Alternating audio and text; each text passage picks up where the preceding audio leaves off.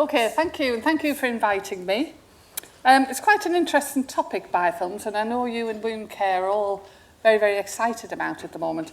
So I started to think about when I first came across the term biofilm, and I have been reflecting on life a lot recently, and I realised I first came across the term in 1978, and that was when I moved to Booth Hall Children's Hospital from the northeast. We had a lot of patients in there who had shunts. They were into, obviously, putting all these plastic devices into them. That was a problem. But also in Manchester, we had a big, huge dental hospital. And obviously, we had a massive amount of research going on into periodontal disease. And where persons first started to coin the term biofilm was with dental plaque and problems with tooth decay.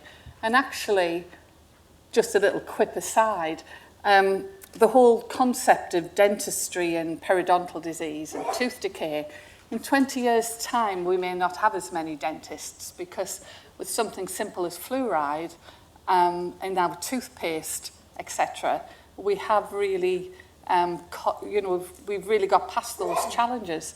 And we find a lot of younger people today don't have as much tooth decay as perhaps I did.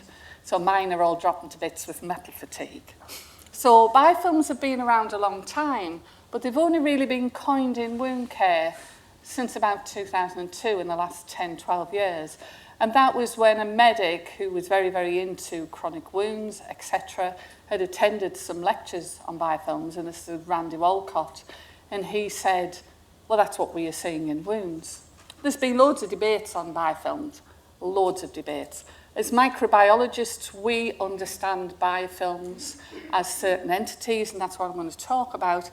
But obviously, someone like a clinician, Keith, hopefully will complement what he sees in the wound. So let's just see if I can master this. So biofilms are fact.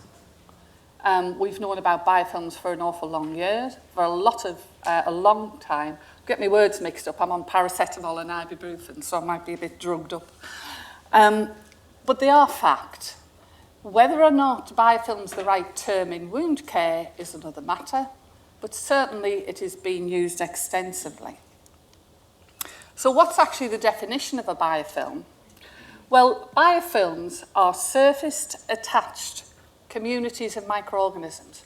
You can have single-celled biofilms, or you can have multiple species biofilms. They're usually encased in an extracellular matrix which is secreted by the organism, and the main constituents are polysaccharide. There'll be bits of protein in there and also bits of DNA. And certainly we have shown that they will also have dead cells within the biofilm. One of the things that's fascinating about biofilms is that we have two very different types of cells. We have planktonic cells. Those are cells that attach to a surface. And we have planktonic cells which are free-floating. Get it totally the wrong way around. So they swim around quite free, they're not attached. And we have sessile cells which are firmly attached to a surface. And what we know is that the phenotype of a biofilm can be very different between the sessile cells and the planktonic cells. We as microbiologists, I've worked in microbiology now for 43 years, we have always worked on planktonic cells. And it's only in recent years that researchers and specialists have started to work on sessile cells and biofilms.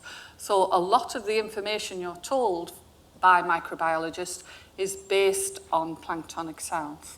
Okay?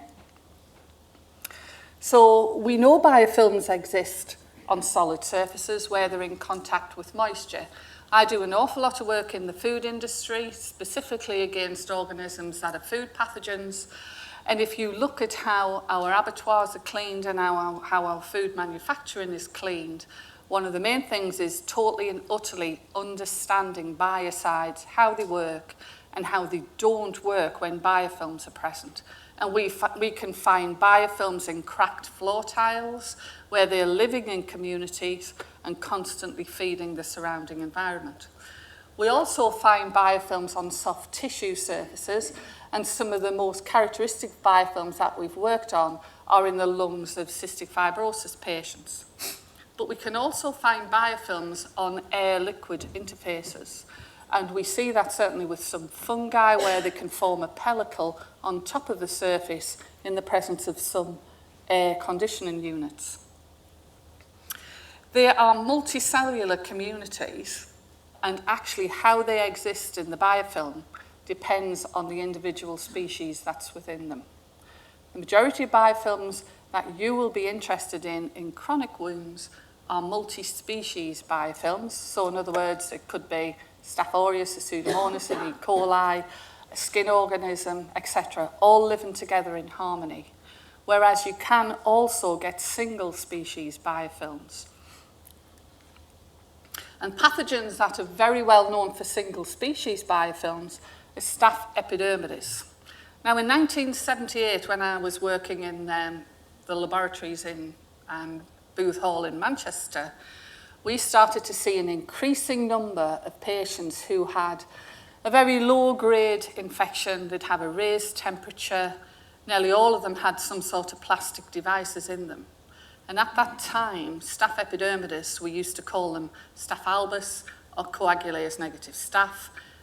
We were trained that they were of no significance whatsoever. So we constantly used to find medical devices inserted in patients, and we'd find Staph epidermidis in their bloodstream, and we would class them as non-pathogenic. What we came to realise, and this was a lot of work done by Roger Baston from Nottingham, was that Staph epidermidis, in the presence of some plastics, produced extracellular slime, which was a polysaccharide.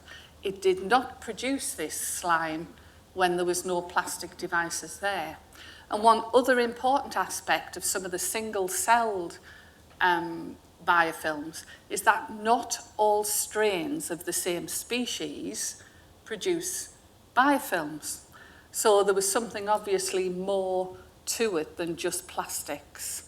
What we've tried to do is we try to produce plastics, catheters, indwelling IV lines that are resistant to biofilms, because as medical advances go on, we don't want more and more infections because some of these non-pathogenic organisms can actually stick to plastics. We also have Staph aureus, which is a big problem, certainly with dialysis and perineal dialysis. Alongside Candida albicans, we see that a lot. And they, again, are very, very good at adhering to plastics, but certain strains. Streptococcus mutans is probably the one you know about. So you were all told when you were children, don't eat sweets, yeah, because you're going to get tooth decay. And strep mutans is actually brilliant at producing biofilms on teeth. So every single day, you brush your teeth twice with a fluoride toothpaste and quite a stiff brush. And what you're doing on those twice daily, you shouldn't do it any more than twice, apparently, the dentists tell you, but you do it twice a day, you are disrupting the biofilm and allowing the fluoride to penetrate in to keep the organism numbers down. In the presence of high levels of sucrose, strep mutans produce extracellular polysaccharide, and when you see it in the lab, it's like glue, and it just encompasses and encases the organism and makes it protective from everything. So the abrasion and the application of fluoride toothpaste is one of the biggest things. We see biofilms with Pseudomonas aeruginosa in cystic fibrosis. We also see them an awful lot in water pipes and anything to do with water. I know cystic fibrosis is the bane of your life in chronic wounds. Doesn't smell so nice. It doesn't smell very nice in the lab either. But there are different stages of biofilm formation. And one of the things researchers are trying to do is to try and stop the initial attachment of cells to a surface. So when you see pieces of stainless steel, which you would think, oh, a pathogen can't stick to that, or an organism can't stick to that, there'll be some organism somewhere that will be able to stick to that piece of stainless steel, especially if it's being conditioned with some sort of proteinaceous product. Then what will happen is the surface is then changed. So once you've got one organism attached, you've got a changed surface, a changed electrical charge. So when other organisms come along, they may well attach to those organisms and you get multi-species formed.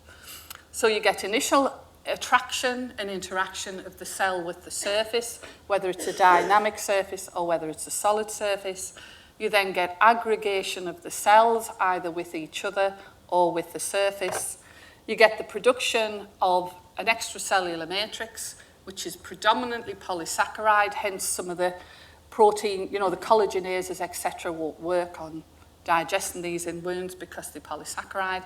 And that is usually genetically triggered. And that is usually triggered by the environment. And it'll make the organism go from one mode of reproduction, which is usually the planktonic stage, into the sessile stage, and you get the formation of a biofilm. What we do know is that biofilms can look different and can be structurally different and can interact differently depending upon the species that are involved. So it isn't an easy thing, it's quite complicated.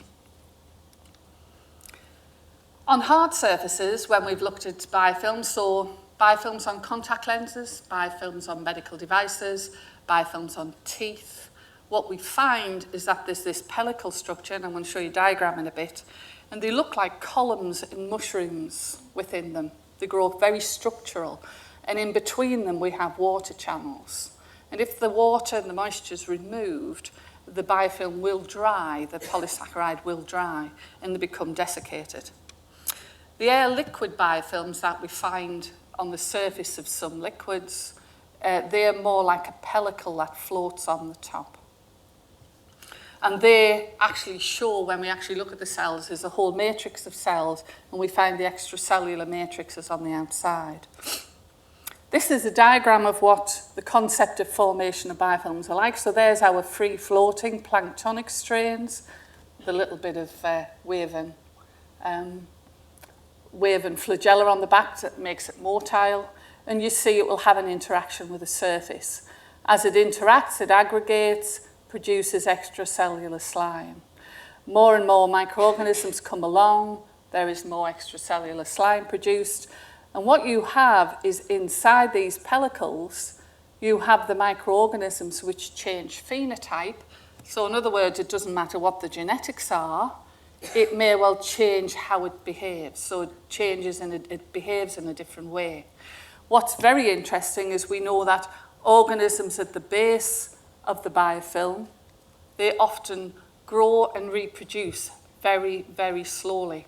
So if we were to put microorganisms in a broth culture, give it every bit of environment it likes, it would reproduce about every 20 minutes. But we know in a biofilm that the organisms at the bottom of the biofilm, where they're getting very few nutrients and very low levels of oxygen, they may reproduce maybe once every 3 days. And yet the organisms at the top, or the feeders, if you like, they will reproduce quite quickly. And one of the problems we have is when we do any microbiology in pathology labs, we are totally organized to work on these cells, not on these cells.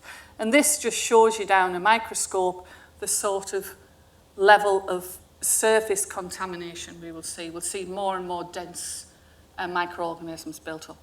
But we still have to look at this through a microscope, okay? This is quite a nice diagram, a nice graph. So within the cells, here's your original cells. It will excrete a whole range of chemicals, bits of DNA, bits of viruses and phages.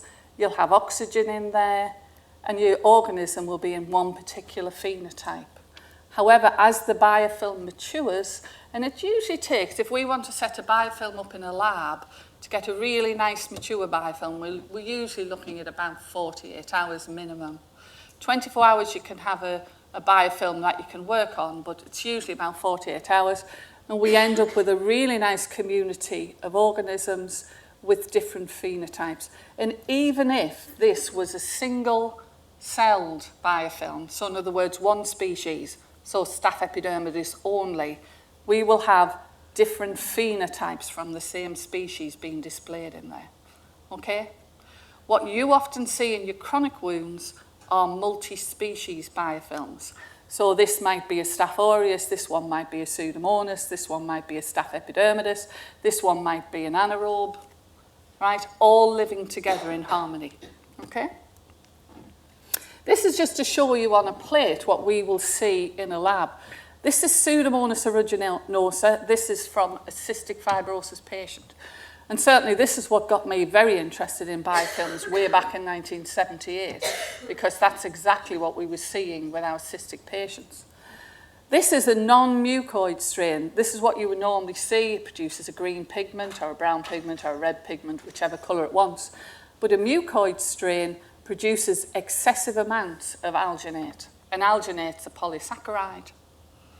What we know is that Pseudomonas in the cystic chest forms microcolonies at the surface of the lungs and interact, and it covers itself with an extracellular matrix, which means treatment of a cystic fibrosis patient with the Pseudomonas aeruginosa is very, very difficult.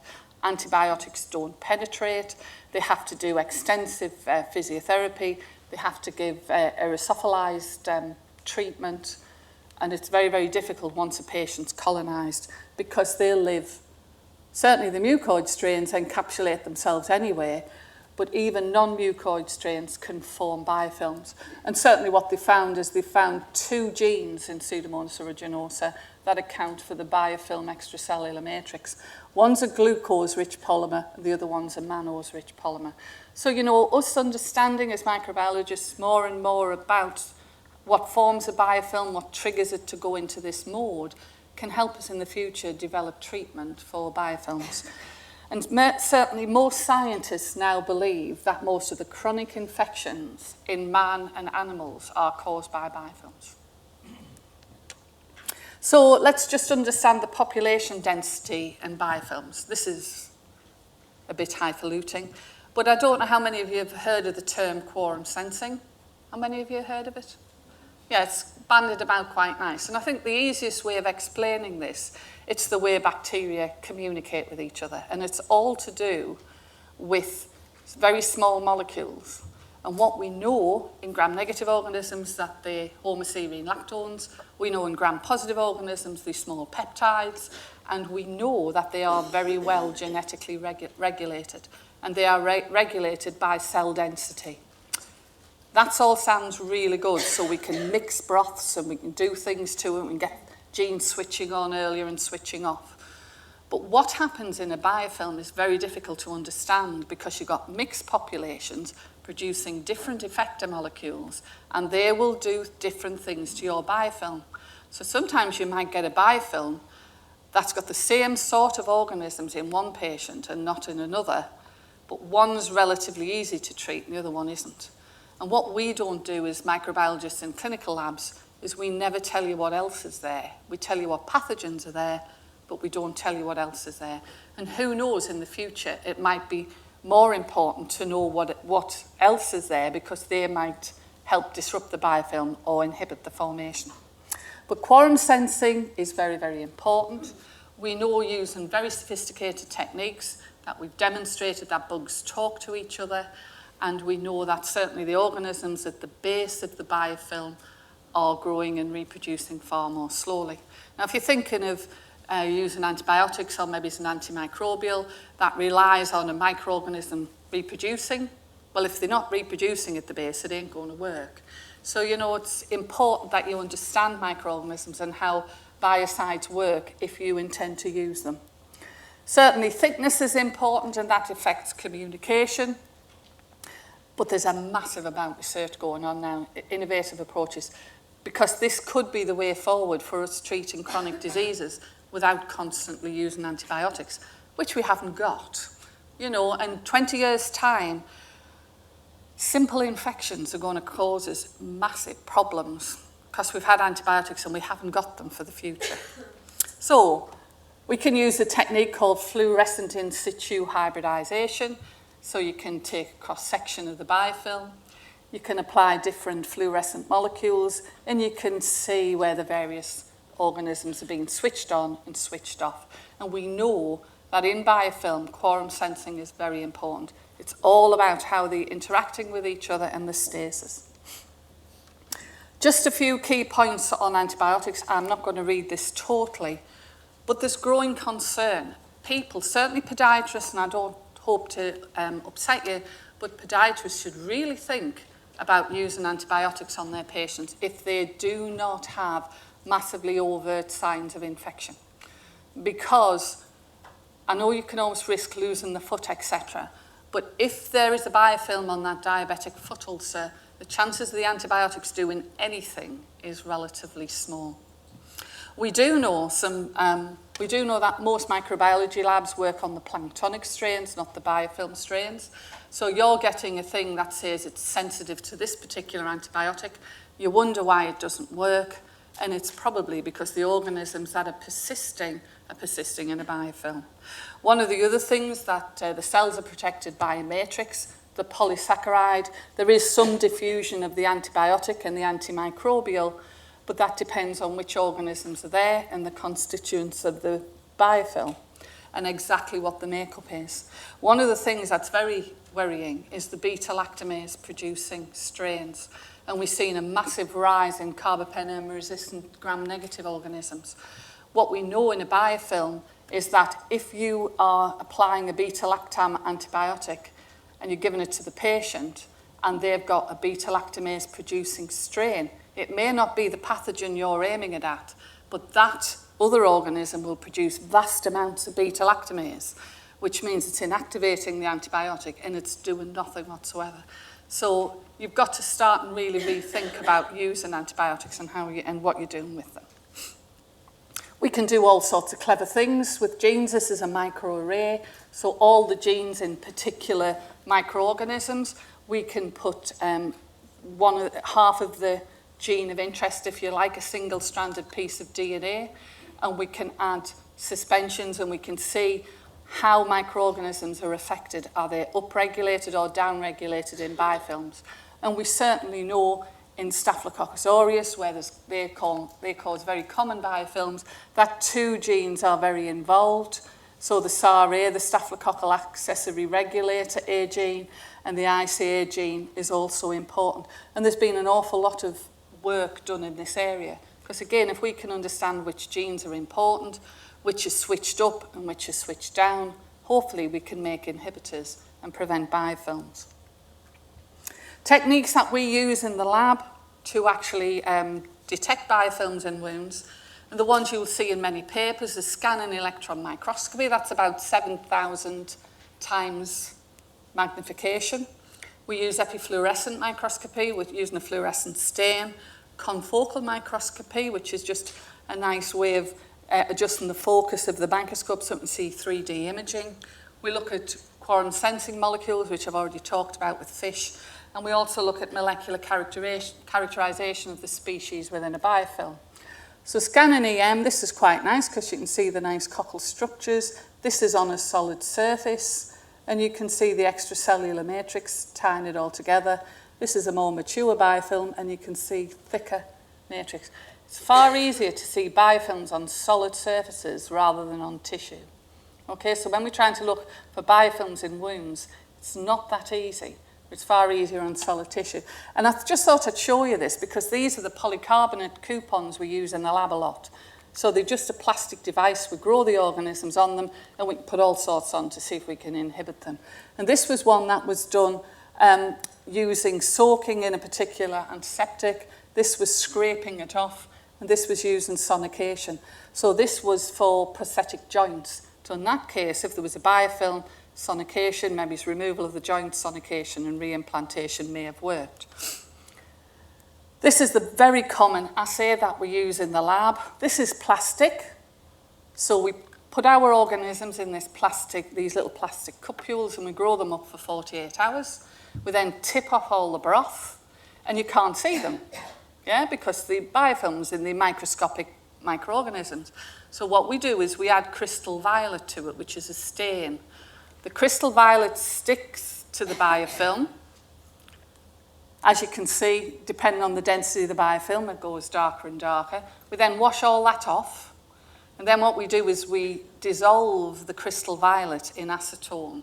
And then we can measure it using a spectrophotometer so we can see how much biofilm is. So it gives us a way of quantifying biofilm. but not all strains, right? So this is the same species, but different strains. Not all strains can produce biofilm, which is another added complication to try and understand it. Confocal microscopy, this is quite nice. It's a 3D image, and it can show you these pellicles and where the water channels go through. It's very important for moisture in biofilms, which sort of counteracts what you know with moist wound healing, but Keith might go on to that. Molecular techniques, we can look for specific genes, and what the work that's been done by James and Davis, and way back in 2002 when it was postulated, what we did with chronic wounds is we wanted to look at the whole diversity. Because what would happen if you took a sample and sent it off to the lab, you'd probably get heavy growth of mixed skin and fecal organisms, and you might say it includes a Staph aureus. But these techniques, for the first time, told us how many organisms were actually present on your chronic wound swabs. And there was at least 15 different genera. Now that implies very strongly that there are biofilms in chronic wounds. When they've done the same in acute wounds, they haven't seen the same data. So acute wounds, they seem to be single species, non-biofilm. About 6% they found them in acute wounds, and in about 60 to 80% of chronic wounds, they have found multiple species. And this is just to show you how you do it. It's a bit like Quincy with the DNA. That technique takes forever. It takes about 7 days to do, so you don't have many labs that'll do that for you. Removal of biofilms, and this is just what I would assume and things that I've done in the lab. We can do it by a whole manner of means, but the main reasons we want to try and do something with biofilm is to reduce microorganism numbers. In the ideal world, we'd like to get rid of them altogether, but it's very difficult. A food industry are trying it and we're not successful, but we need to reduce numbers. And I want to explain why that's important. So disruption, and then when to use antimicrobial agents. Just a very quick study that I was involved with. So we made some biofilms on pork joints. We let them grow up for 48 hours. The podiatrist couldn't bear to walk in the lab because he wanted to heave because the pork was so decayed, and we used Versajet. We took specimens before, after, we did biopsies, we did histology, we did scan and EM. And we also did absolute quantitative counts. And what I want to show you is that when we did the counts, that's the pre, so after it had been infected, before it was debrided, it's only visual, it's not exact, but it gives you some sort of idea that was the count then, and you could see a reduction. And it was a 1 to 2 log reduction we were seeing with Versajet. That's Pseudomonas, it's a brown pigmented one, this is E. coli. We saw exactly the same in the mixed. We then went on to do it with surgical debridement and with ultrasonic debridement using mist. We found about the same. We actually saw more reduction in log numbers with surgical debridement, although we do know it's a bit nastier. And what I want to talk to you about now for the last couple of slides is just to tell you what's important, and it's about cell number to concentration of biocide. So we're all telling you should think about debridement, and there's some lovely debridement tools around, and we're telling you, we're giving you antimicrobial dressings with biocides in, and they do nice tests in the lab, and they say this one's better than this one. But actually, the main important thing when you're trying to tackle any microorganism, the important thing is the concentration of the biocide and the cell number. So we can demonstrate in the lab it's a straight line. So the higher number of organisms you have, the higher amount of biocide you need. That does differ is if you want instant effect like they do in the food industry, or if you want certain effects like you've got on wounds where you're adding topical antimicrobial. So contact time's crucial. Combination of contact time and concentration also helps determine microbial reduction. So a high concentration of biocide during a short contact time, or you have a lower concentration with a longer contact time. And you've got to try and find a biocide that doesn't kill off your actively growing cells. So it's very difficult to do that. The stability of the active compounds of the biocide in the environment also implies efficacy. And the extrinsic factors, so the external things, pH is important. Temperature is very important, so a lot of biocides work at a higher temperature. Presence of proteins inhibit a lot of biocides. So when your biocide's competing against protein and it's trying to kill the organism, it just gets bound up. Mode of contact also influences the efficacy. So depending on what test you do. So it's very difficult, and I do a lot of these microbiological tests for you, and I do them with biofilms. But actually, I can sometimes say hand on heart, I'm doing this on plastic that doesn't equate to wound tissue. But currently, we don't have a brilliant wound model for testing biofilms. There are some really good models, but I wouldn't say there's an ideal. Concentration, though, concentration of microorganisms is the most important. So if you can debride, reduce numbers, and then apply a topical antimicrobial, you're going to have more success than not doing anything at all. And that's certainly been shown in these two papers by Walcott and Dowd, who showed that there's an open, time-dependent therapeutic window following debridement that gives you an opportunity. So if you do have a biofilm in a wound, debriding, application of topical antimicrobial until the biofilm starts to disrupt. So I just want to say thank you.